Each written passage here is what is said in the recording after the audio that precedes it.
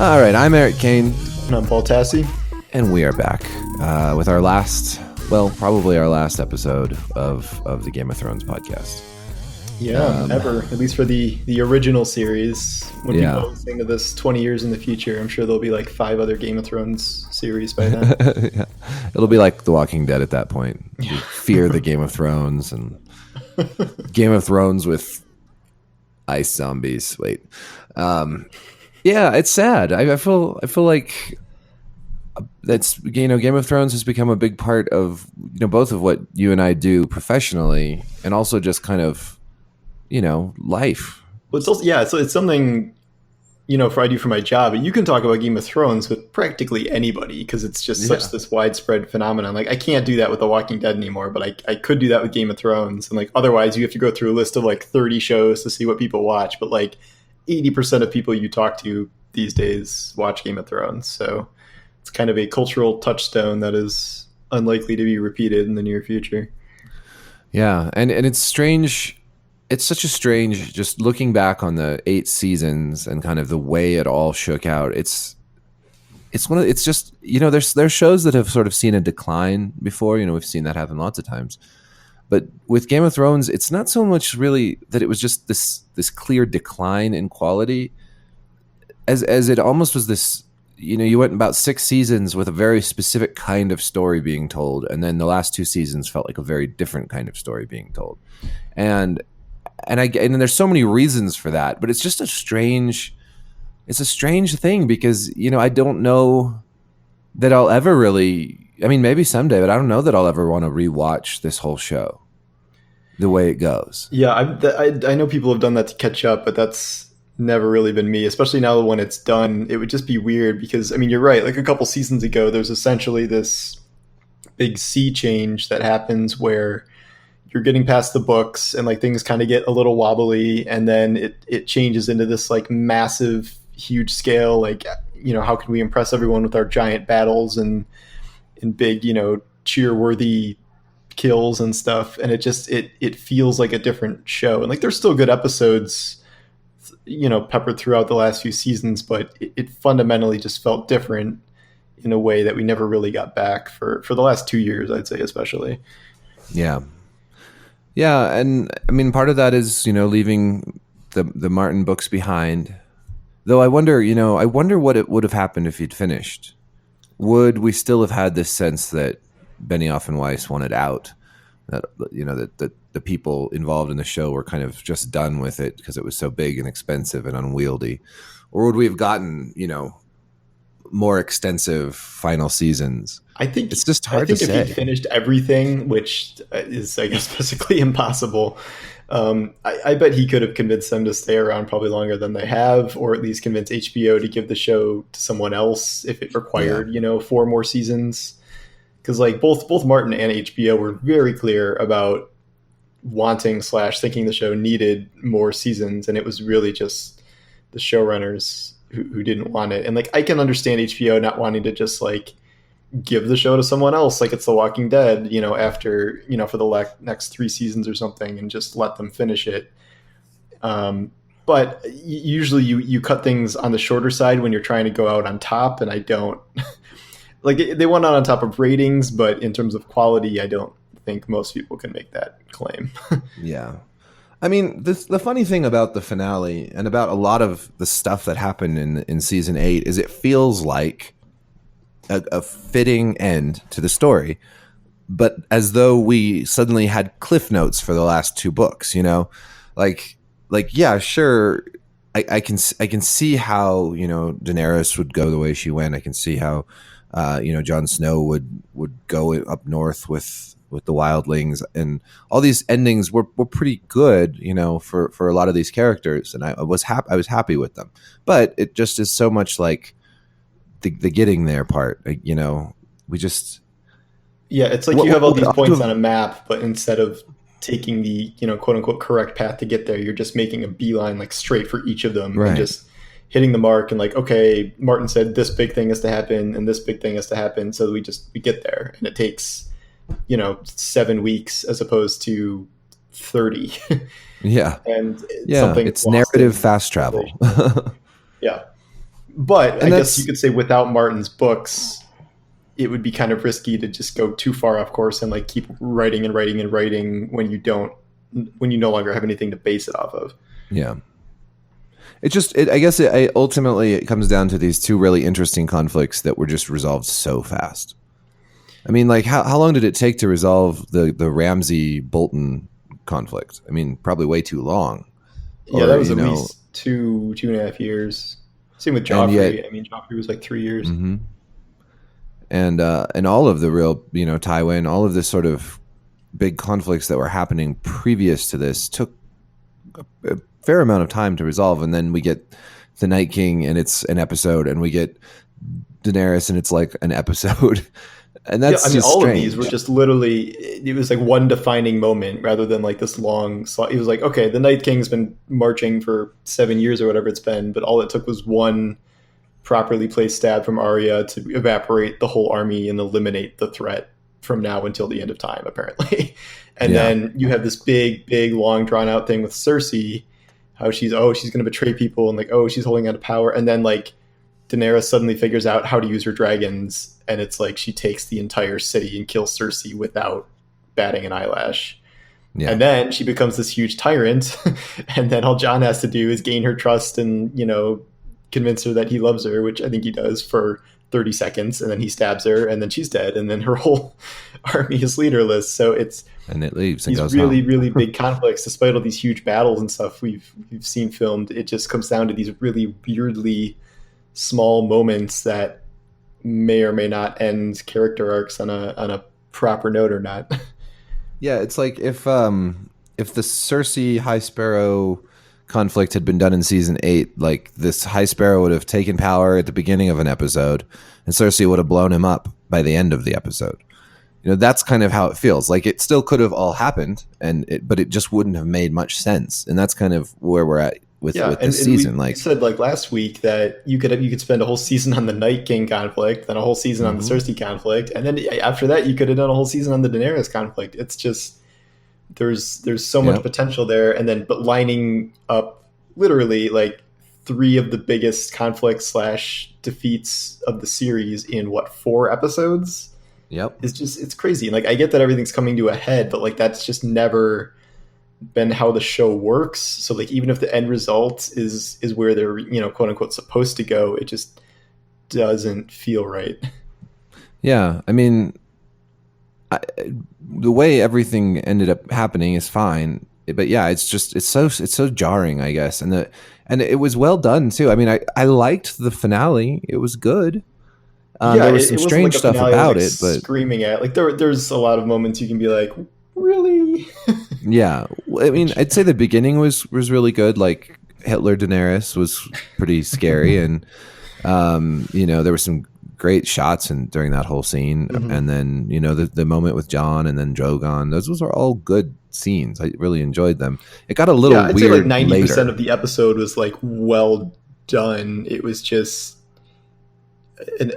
not really the ending. It was actually a lot happier of an ending than I thought it was going to be, which I was not really expecting. Like, yeah, Jon has to kill Daenerys, but like that was clearly inevitable by the time we reached that episode. But like all the surviving Starks essentially get what they want, and like even if Jon is sad, like Jon, being at the Wall or north of the Wall is what he ultimately kind of lives for anyway, even if he won't admit it. And it was very odd to see everything like work out in such perfect harmony. Like, oh, Tyrion's hand, Sam is, Grandmeister, Bronn is Master of It's like, oh my God, don't even get me started on Bronn. It was like a lot more fan servicey than I thought it would be, in a way that was nice and like charming and stuff a lot of the time. But it was unusual for this series, and it made me wonder a lot if Martin's series will end kind of anything like this. Yeah, because we had the turn with Daenerys, and then she destroys the city, which is this big atrocity. And yet again, like one episode later, everyone is like, smiling and holding hands. Like, yeah, it's just, again, that's something that needed more time to kind of simmer, and you can't really go from genocide to happy ending in like 40 minutes or whatever it was. Yeah, and winter to summer. I mean, basically, after the Drogon scene, we get a big time jump, and when Tyrion is taken before all these gathered nobles and ladies and everything. It's sunny out. There's no hint of the devastation that's occurred, and it's all just such a strange. That whole scene was so strange. Like, why? Okay, why would Grey Worm keep them prisoners instead of killing them? I mean, I guess I could see that if there was some explanation for it, but it was just like all of a sudden Grey Worm's like letting all these people I into believe the in the rule of city, law, and and yes, sure, pick your king, and he can tell me what to do because I, for some reason, will respect your king, even though I'm literally right. about to leave the country. And like then there's that part. Like, okay, so then they exile John to the wall, but then Grey Worm and his armies leave. So Yeah, why not what is Grey Worm just going to come back and enforce that? yeah, like you could just be like, never mind, we're not going to send you there anymore. We've got you back, and that's that. Like, I mean, that's certainly what the Lannisters would have done.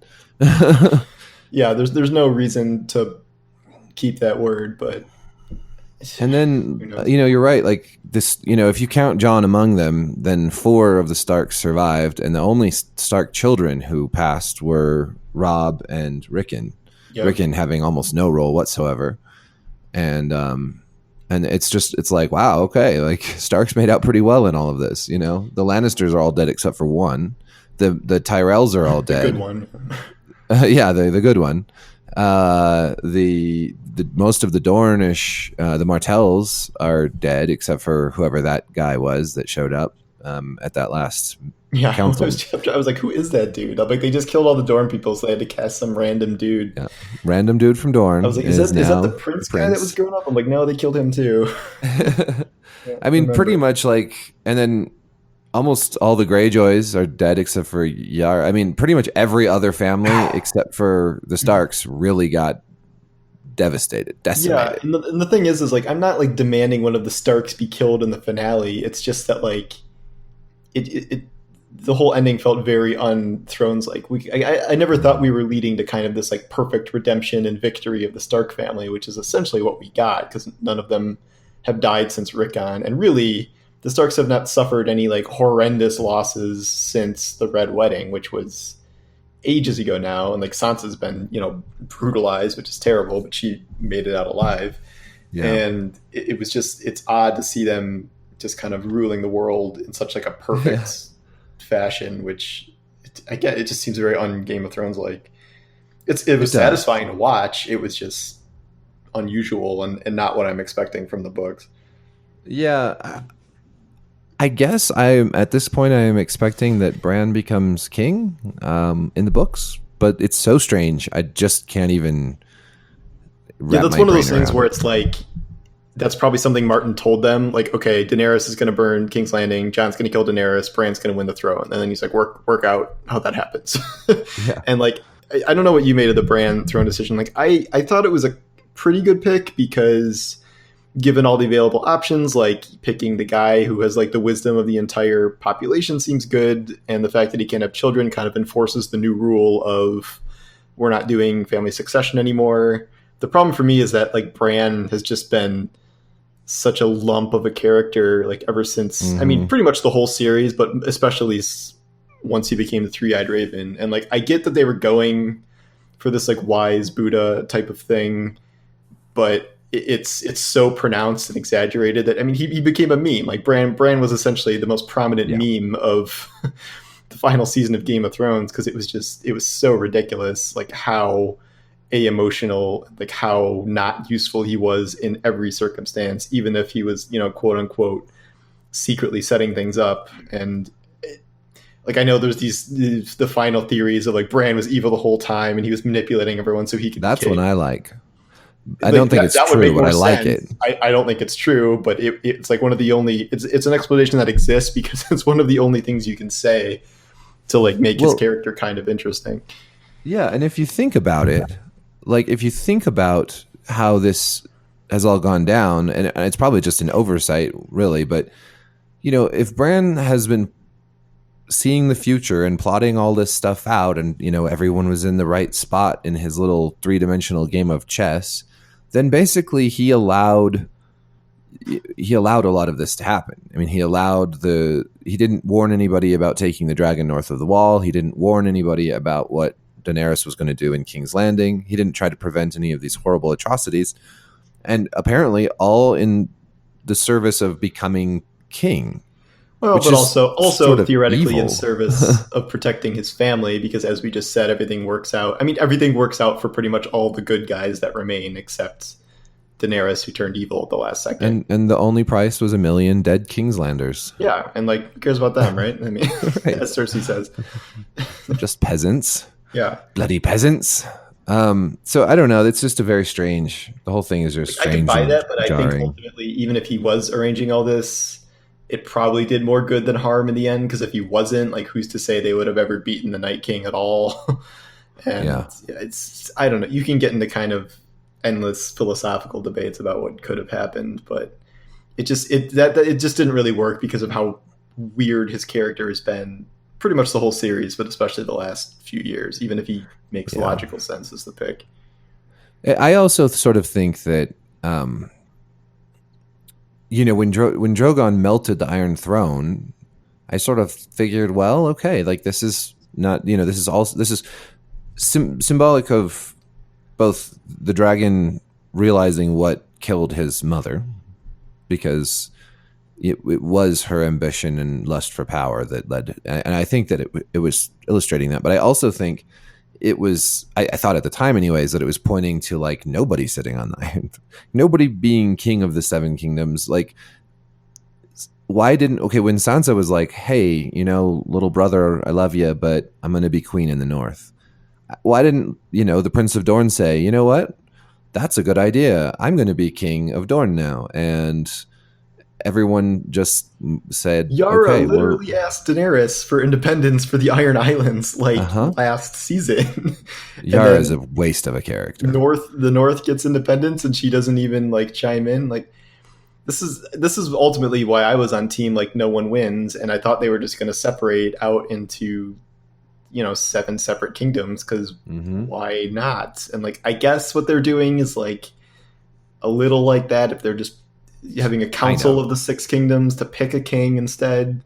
But it's like, I don't really understand how that's much better than just ruling independently. I guess you can keep them united instead of warring against each other, but they're going to war against each other anyways. Do you think this whole setup's going to work?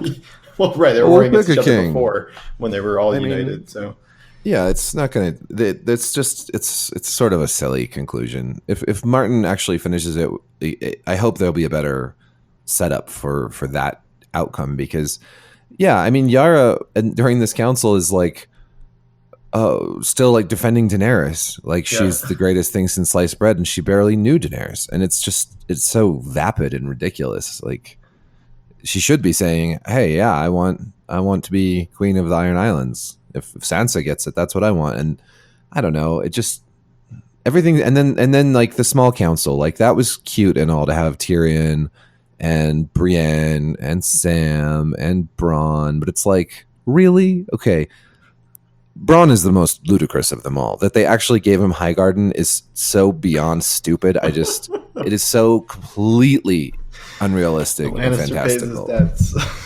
Yeah, but that's, there's just no way. There's no way that anyone in Highgarden would let him be their. The problem is these other areas haven't been fleshed out enough to to really like dispute his claim, because we can't name another character left in Highgarden or Dorne, so those areas are just not factors. But like, the real problem is that the writers of this show are sometimes very stupid, because like any sort of basic knowledge of, Martin came into these stories writing as realistic a version of like a romanticized medieval time period as possible.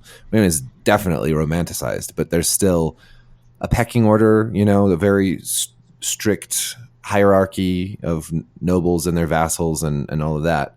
You don't just go from being a common born sellsword to becoming the Lord of Highgarden. I mean, Littlefinger was a petty noble, right? He started out as a very poor but he was still a noble, and he worked his way tirelessly for decades to become not even as powerful as Bronn is now. or as wealthy. Yeah, that's a good You point. And know, like, it's and you like, can only have so many of these like rags to riches stories. Like you have Jon yeah, Stark, you have Daenerys, who started as like a slave essentially. Like there was 4 or 5 of these stories, and then Bronze is like kind of an abridged version of all of them, where like he you got starts it with in like one gold coin three episodes. and then keeps trading it and trading it and trading it until he is High Garden. Like, He's the wealthiest nobleman in the whole Seven yeah, Kingdoms now because what? because he It's this didn't it's kill Tyrion when he could have. I don't know, and then like a few also times.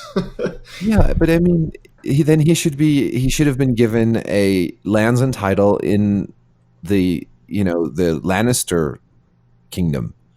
Yeah. He should have become a minor noble in given lands by Casterly Rock, not just Highgarden. Yeah, it's just It's it's a part of like question. kind of Hollywoodizing the ending where everything is just Uh-huh. as perfectly aligned as you can. Like Brienne went from not even being able to be a knight to being like captain of the King's Guard. Sam went from like some random dude who can't do anything to like the smartest man in the whole thing. Pod became a knight. I Like mean, some of these are it's fine. I some actually of them think are, but I think when you Brienne, add them all together, it's like right? a little. And when you add them all together in like one scene, it's a little much. It's like Uh-huh. it's too. I don't know. I don't even know what the word is. Like it's too perfect. Yeah, And like I would agree. Sam Like bothers Pod me being a also. knight makes sense, like based on his arc. But it's just Well, yeah, they're going to be. it's I all mean, of that's these the things Squire combined arc, right? together. Yeah. Sam shouldn't be the Grand Meister. Like that's ridiculous. He's super young and very inexperienced, and it's just pure nepotism at this point. There's nothing at all that would. I mean, that's a position for someone who's been doing this for decades. It's a very high ranking. Like he should. I just don't. And plus, isn't he still part of the Night's Watch? When did he stop being part of the Night's Watch? I don't understand that. When I you're know a he was sent kid, away, but I I don't mean, know. he didn't ever. I don't know. It's just it's so neat and tidy and like basically what this show has done is said if you're a fan of the majority of characters, you're going to have a happy ending and it's going to be great. But if you're a fan of Daenerys or Jamie, And that sorry. sucks because those were like 2 of the best arcs, at least at one point in the series. Mhm. Definitely. And it's weird. It's just a weird feeling. It's like I guess I don't expect it. I don't expect the end of these books to be either very happy or terribly sad. I think ideally they would feel like a little unresolved still, I guess. Like the wheel isn't broken and the whole Game of Thrones continues. And some of our characters end up maybe in a better position than before and some of them end up dead or broken, but to have so much just sort of come together so quickly, I don't know. I mean, It's it would have made more sense to me. Like the book ending I can foresee is Daenerys burning King's Landing, but then winning, and like you can have yeah. some of the same end results, but like Daenerys sends Jon to the wall because he's a threat and betrayed her. Like Daenerys decides to keep Tyrion on his hands because he's wise, but he's like nervous about it now, and now you can see sparks of her feuding with Sansa, like knowing things are going to like remain unsettled, and like Sansa declares herself queen of the North, and it ends on like an uneasy note, rather Right. than Daenerys dies, everyone else gets a happy ending essentially, except Jon, who's sad, but Jon's always sad, Yeah. John and is going to go find Ygritte's hot twin sister up in the north. go I ahead. think he'll be fine. um, And but that's what Ghost I will mean, though. It's find like I his can own. see some of the same things happening, but like in a way that feels more like what we've known from the series so far, where there are few just outright wins, much less like 30 outright wins strung together in one ending. Yeah, I still think that a season of like the war against Daenerys would have been really fun and interesting because she's so powerful and her Yeah, I would have. devastation is I don't think so Martin will do that either, but who knows? yeah. Or even just more time spent with Daenerys doing stuff in Westeros that was bad instead of going straight to the whole King's Landing thing. Like if she liberated a couple other smaller castles and towns first, and Yeah. increasingly authoritarian and brutal means. To see her delusion of being a hero and a liberator come true. I mean, it was cool to watch how it happened, but it happened so fast. Well, they were even like Tyrion was like talking about this and like trying to use the rationale that I saw a lot of defenders using, where it's like, oh, well, she burned these dudes and she crucified these dudes, and like, sure enough, here we are at King's Land. I'm like, no, that is not logical progression. Like, I mean, it is to some degree in that, like, skipped a few steps. Daenerys was always very prone to violence as an answer to her conflicts, and like sometimes very petty, But cruel like, who violence. isn't in this show? I mean, I Yeah, guess she but I was would more compare it to often because she different. had the power to like Uh-huh. mass kill people, whereas like other people would just kill one person. Like But John executing the people that killed him, which sounds yeah, funny to say. That was something that you basically he didn't really have a choice. Like he had to he had to respond to that.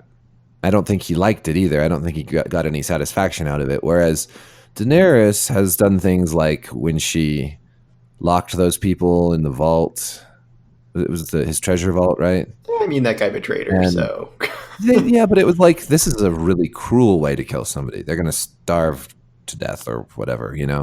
And then, just the mass killings of nobles and a lot of very, very extreme violence. And the Tarly burning, that was pretty extreme also. They hadn't betrayed her or uh they'd surrendered. We'd already seen her kill people after surrender. So there was some of it. I feel like it was, even after that, we still saw her like heroically fighting against the Night King and yeah, like one riding around the episode earlier, throne. And essentially. it's like, instead of getting that sense of progression, like in Breaking Bad, where Walter White does bad things but feels bad about them, and then Hmm.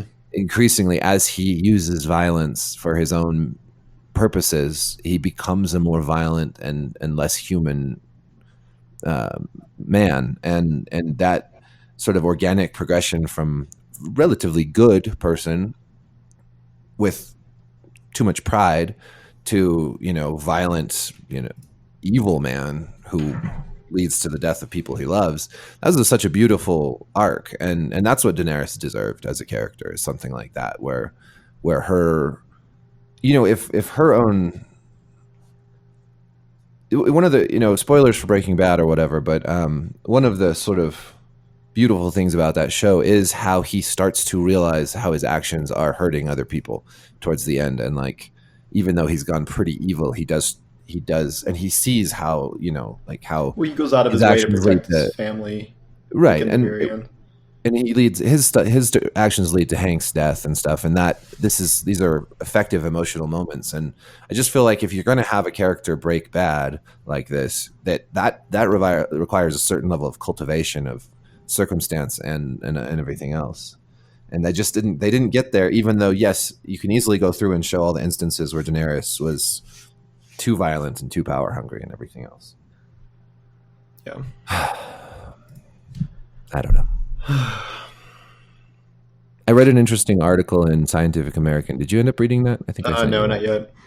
So it talks about how sociological storytelling versus psychological storytelling, and how Martin's books in the early seasons of the show are utilize sociological storytelling, in that, like, they're not so much about individual characters, but rather about large events, larger events that are out of many of the characters' control. And so nobody's ever safe, and it's not really about the characters who survive so much as it's about these grand circumstances, these things that are out of their control moving on around them. And that when the show passes up the books, we start to have a very much more psychologically driven show about heroes and individuals, and the main characters stop dying, and it's much less about the sort of bigger political drama, the sort of unfolding of this grand scheme, and much more about these just individual characters doing stuff. Well, I feel like it's Those because better the individual characters are the ones that get more power and take over things. Like Jon Snow, for instance, starts off as this like random, Night's Watch soldier, and then by later seasons, he's king in the North and like dictating the course of entire wars and stuff. So it becomes about him, Sure, like for but so was Rob Stark. Yeah, He was king of the North, and he was dictating things and winning a war, but he wasn't safe from things that were somewhat out of his control, but also direct results of his mistakes. And that's another thing that I think hasn't been talked about enough is that a lot of the things that happened earlier in the stories and in the show were results of people making errors. You know, if when Caitlin Stark arrests Tyrion, she sets into motion this whole huge drama, you yeah, know, and it results in all kinds of bad things happening. Um, and when Jon Snow oversteps his own bounds and decides he's going to go fight Ramsay, his own people kill him. You know, there's a lot of this sort of action and consequence that takes place. But starting around season 7, you can do any damn thing you want and get away with it. You can send 7 guys north of the wall and they can get in a fight with the whole Night King's army, and it's no big deal. We just lose one of them, Thoros of Myr. You know, like nobody cares about him anyways, and you just lose this whole sense that actions have consequences. when Really, you make mistakes like, oh well, Tyrion was mistaken to support Daenerys, but like would that have changed anything really if he not really. wasn't supporting her? Like not not especially. I mean, maybe, but it's not. There's no sense that these sort of actions and consequences really truly exist anymore. Yeah. People just sort of are doing things. You know, why did Jamie come north? What was the whole point of him coming to to Winterfell when his whole drama could have played out just as effectively down in King's Landing, Yeah, it minus was the just to Brienne cement stuff. his redemption arc, which was then thrown away anyway. Discarded. So Yeah, what was the point? what was the point? And then there's little things like, you know, Jamie running into Euron Greyjoy at that very moment and killing him, you Yeah, know. that's one of It's those these Hollywood Hollywood things. moments again. I don't know. I think overall, like, I enjoyed a lot of things about this season. The battles, the cinematography, the music. There were some great scenes still. You know, the knighting of Brienne is a high point for the whole show. But then overall, it's just like, God, I don't know. Yeah, it's Like, weird to have the peak be like the Knighting of Brienne when that was like 3 weeks ago, yeah. and then just nothing ever really lives up to that again. But Imagine if John and Daenerys had formed a really powerful relationship. If that had been the time for them to really longer fall in than love like 6 episodes, on screen. yeah. Yeah. And that like it was a relationship that we all became big fans of. So that when this all happened and John was like, "Oh, she's still a good Well, person," and Tyrion's like, "No, dude, she just killed a million and people," and he's like, "No, also, but she's what a if good he, person still." what if he wasn't a Targaryen, and then you wouldn't have even have had the weird aunt nephew thing? You could have actually like rooted for them as a not gross Right. couple, Or if because all as that had been I've developed said, there was before, we no knew, real you know. point to him being a Targaryen, at least the way things played out on the show. Well, there's a point. It directly led to her killing all those people and going completely like I bad. think directly is a Directly, stretch. because if he hadn't known that, he wouldn't have told Sansa and Arya that. They wouldn't have told Tyrion. Tyrion wouldn't have told Varys. She wouldn't have felt betrayed right before the battle. No problems between her and she wouldn't feel like she was being left out or unloved or going to be replaced. None of that would have happened. And if he just had been a bastard Stark, then everyone would be living happily ever after. I don't agree with that. Like, I think the seeds were all there to have stuff play out kind of as it was anyway. Like, the clear defining moment of Daenerys snapping is, I think, Jorah dying and then Missandei dying within like a day of each other, essentially. And I think she was always going to be distrustful of the Starks and feel isolated from the North. And like she felt that way, and Sansa hated her before any of that information was known. So like I think it was an accelerant, but I don't agree that it was like the primary driving force behind why she went nuts. Because like in the end, she still wants to be with him, and like she isn't like about to secretly kill him or something for Right. getting in the way. So like I don't know, I wrote a whole thing about this, but like You I don't think think there's enough direct consequence of that. Like the only absolutely direct consequence I can see is Varys burning. But even that in the grand scheme is I don't think that's enough to warrant this series long secret being all that important. I think though that the only reason that she went where she did is because of that line she says to Tyrion, which is, you know, the people won't love me, so fine, let it be fear. And I think that's a direct result of Varys betraying her and all the other sense that John is the one that people love and John is the one that will I mean always have love maybe, and but she she still will felt never that have. way when they were, Like I when think she's everyone was celebrating with John, like everybody likes John, and the people that liked John don't know his secret, like that but he's like she did. partying with. And She did at that I think point, if but she it's more didn't know it right then, she even says it to him. If you hadn't told me that, I'd be happy right now. So even I just don't think she would have been so consumed by this sense that people would abandon her and betray her, and that instead of that, because I really think that even given all her cruel tendencies, when she got to Westeros, she fully intended to be like the ruler that was welcomed with open arms yeah, and would rule justly, and and I think that at least the way the show has portrayed it, I think that so much of her deterioration at the end is based on his true identity. And yeah, it doesn't hurt that all her best friends were killed, but it left, I think the culmination of all of that is what left her feeling isolated. yeah. And it's just kind of a weird, see, that's a weird consequence to the whole R plus L equals J theory, like Well, and then you in the think end, like he wasn't even considered for the throne, like right. at all, because he's just a prisoner, and they're deciding whether to kill him or not, and then just picking anyone else for the throne, even though half the people there knew his true identity and knew he'd probably be a good leader. So I found that weird too. I But thought it was weird no one even brought it up. yeah, I mean, they like even brought Tyrion up and dismissed him, but like, yeah, no one was even considering. I guess that was because of the Grey Worm thing, and like, hey, Grey Worm, we're gonna make John king. No, you're not. I'm gonna kill him. Well, Yeah. so much for that. I mean, but even then, like, if Grey Worm learned that he was, her nephew or whatever, that could have influenced. I don't know. It just seems like a weird omission, I guess. Yeah, Well, it's a bittersweet ending. yeah, it was always going to be. I just didn't think it would be bittersweet for these reasons exactly. Exactly. Exactly. I don't know. I mean, I think when we were coming into the season, we knew we were in for basically this. Hmm. There was no way, no matter how long these episodes were, to wrap this story up.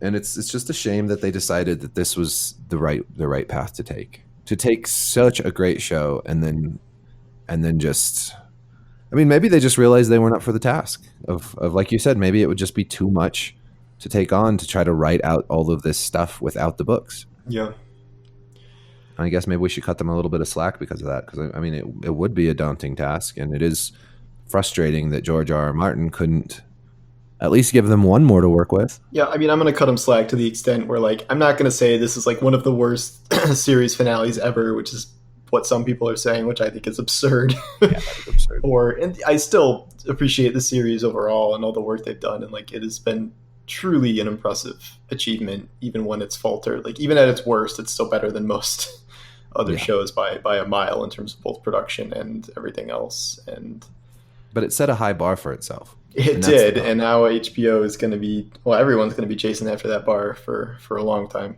yeah. Yeah, there's a bunch of other stuff coming up, right? The Witcher series on Netflix, which I think everyone is a little scared about. I am definitely a little scared of that. Lord of the And then, Rings, yeah, which we know virtually nothing 2 or 3 about. prequel series for Game of Thrones. I Yeah. don't know. There's a lot. Dune. Um, oh, The Dark Crystal. I just found out about that yesterday. Yeah.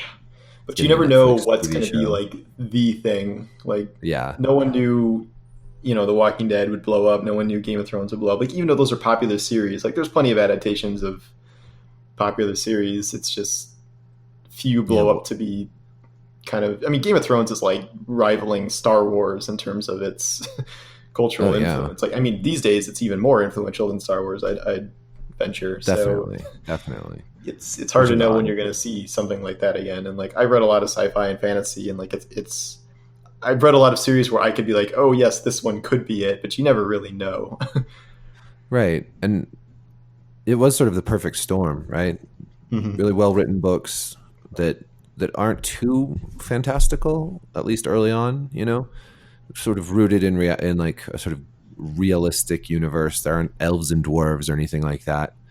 There isn't a lot of magic, so it is kind of the perfect kind of fantasy to adapt to TV, and then getting picked up by HBO so they could make it very M-rated. That certainly didn't hurt. Um, and then, of course, I think the timing also. It just landed at the exact right time. Yeah. as just in the world in terms of technology and the rise of streaming and the sort of it just hit it hit if it had hit any earlier or any later, I don't know if it would have been quite as big of a thing. So Well, and we're also it might even be early enough where like streaming didn't become as big as it is now, where like 8 out of every 10 new shows now on streaming services are released in these big season long batches, like over a mhm, weekend, and you don't have that like week to week moment anymore for a lot of shows. Some shows are still doing the week to week thing, like on mhm. Hulu, but a lot of Which is like all the new Netflix shows, all the new Amazon shows, like none of them are doing that, and it's a mistake. you lose a lot because I don't think Thrones would have been nearly as big as it was if it wasn't a show you could discuss every episode every Yeah, week with everyone like over and over and over, as opposed to like, oh, how far did you get in Thrones this weekend? Like, right. It's too much to talk about talk it. about at that That's what point. happens to a lot of Netflix shows. They're talked about Uh-huh. for 2 weeks and then no one remembers them again until they're back again. It's so strange to me. Like, I just don't understand why this is a good strategy for businesses like Netflix. Like something like Stranger Things is, it's about to have its third season, and I would love to review that show and write an episode a week, and people could talk about it, and people would be so excited for the next one to air. But when it's all dropped at once, it's just like, okay, we all Yeah, and binge like you that can't show, and now expect it's people done. to space it out because no one's going to. Like, no one's going to No, watch one episode of Stranger Things like the day it comes out. right. I mean, It's even if they released two episodes at a time or something, or released Yeah. one, every few days, or any one of those scenarios would be just would help so much with buzz. Well, and I think some places realize that. Like, I mean, Yeah, HBO's not changing anytime soon, and they want to right. become this like kind of constant conversation piece. And at least Hulu so far isn't doing that. I don't know if Disney's maybe going to do that That's hard when to they say, start up right? their thing, but Disney's old school though. They've had a lot of shows that have aired week to week. I wouldn't be surprised if they yeah, stuck with that's what I that. mean. Yeah, so we could And like, see that happen because like ultimately, if the show's good enough, people are going to watch it either way. And I'm not sure what the ultimate benefit is besides just people who are impatient want to watch everything right away. What well, what one you're getting benefit out of it? to a streaming service like Netflix, one benefit of releasing things one at a time is that what if you keep your subscription longer because of that? Yeah, I mean, exactly. like if you have 10 weeks, you can't just, subscribe for a month and watch that Yeah, show and if you then have like quit your three subscription Netflix for shows three you're dying to months. see, you could subscribe for a total of like 8 days a year and then Yeah. cancel it the rest of the time. And probably most people don't do that, but I think that just hype itself is a valuable commodity for any entertainment company. Like just that if everyone's talking about episode 1 of Stranger Things one week, then everyone can be talking about episode 2 the next week instead of everyone just talking about the whole season all at once because yeah, it just fizzles out. And it's not even all at once. It's like, oh, I only got through like three, or like, oh, I'm at eight, or oh, I watched all 13 in one day. Like, it's Right. no one's on the same page for at least the first month. And then by that point, And it's not really relevant anymore. and that whole idea that like it's important to have like that binge worthy TV or whatever, like that still works because not everyone's going to watch it when it airs in the first place anyways. Right, Some binge worthy people will TV is wait. just the sense that you want to watch the next episode, whether Right. that's, you know, And and 5 minutes from now or a week from now. and yeah, and actually making people wait a little bit is not a bad thing. I mean, it's that instant gratification thing, and I think it's a mistake, and it doesn't. It's not. I mean, I'm a little biased because these shows would be way better for what I do as a reviewer, and what you do, to spread them out so that we can have time and Yeah, I mean, uh, for all critical consumption of them, it's impossible to really write anything except articles about the entire season whenever it airs, because mhm. there's no point in really dissecting every single episode. Like, people aren't watching them all as this big kind of 10-hour movie. I mean, Yeah, you can, it doesn't work nearly as well. I doubt they'll ever change it, but they really should. Netflix Maybe, won't. I maybe mean, we'll see. I mean, it's always possible. It's possible that they'll start to think that same way or whatever. But yeah, I hope hopefully something like The Mandalorian on Disney Plus will be a weekly release. I just think we'll have a much better time talking about it, and I mean, even with Game of Thrones this season, it was a little harder to write reviews for 80-minute long episodes, or so much was Yeah, it's like a happening. movie every time. Can you imagine if all the episodes of Game of Thrones came out in a weekend? Like that's even Oh, for a shorter season. Like what a nightmare! Like that would have been so awful. And yeah, we wouldn't have had any of these podcasts, yeah, or I yeah, wouldn't you'd have have written a 10. You'd review for have every literally episode. like 10 to 15% of the coverage you would have otherwise. Yeah, Not that it's Game so of Thrones true. need it, but still, like Well, they do though. I mean, if they'd always released in 10 episode blocks all at once, I don't know. Like, it still would have been a great show. People still would have devoured it, but there would have been a loss of community around it, I think, because, like you said, people would all be on a different page. yeah, And this, with something like Walking Dead, and at its heyday, or this show, people were all, you'd be like, "What did you think of last night's The Walking Dead?" What do you? It was crazy. Like, can't wait for next week. There's forums that are built around that, and a whole, and it's just, yeah. Oh well. Oh well. Netflix is stupid, but also Netflix is not going to go away anytime soon.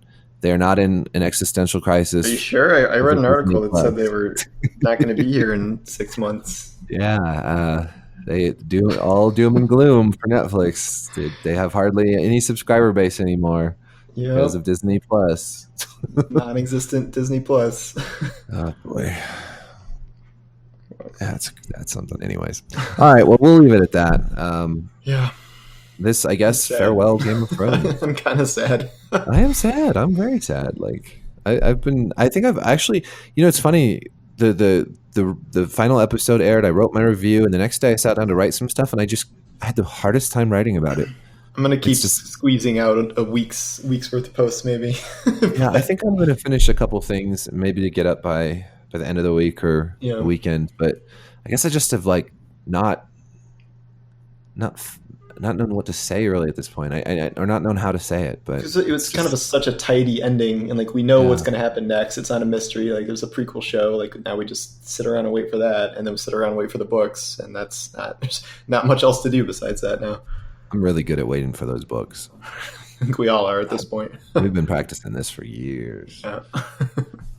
I liked that rumor that he'd already finished them and was just Yes, I waiting. also like that rumor that he instantly and violently shot down, but Well, because it would be ridiculous. Like he said in the post that he wrote about it, he's like, these books would have benefited HBO, and HBO's show would have benefited the books. There's no reason for me to keep them yeah. from the public. I'd say in the next 2 years we'll see when's a winner, but Yeah, I think so. we'll see. I mean, I really do. I think that you've seen in interviews with him this almost dawning realization that, holy crap, this is really taking a long time, and whoa, I'm getting older. Yeah. Like, and there's a lot more to age than just, people are always like, well, what if Martin dies before? Well, yeah, but there's also, a lot of other things that happen Yeah, with like, age. does your writing go downhill or Yeah, you can start to lose your faculties, both physical and mental. You can yeah. get diseases. You can, I mean, I hope he's healthy and regardless of the books, but it's a real thing. Yep. I have tendonitis now. Oh man.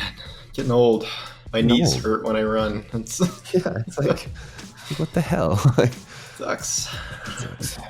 It does. All right. Well, thank you to everyone who's been listening to this podcast. We will continue with it, just with different shows, Yeah, and that's the movies and plan. such.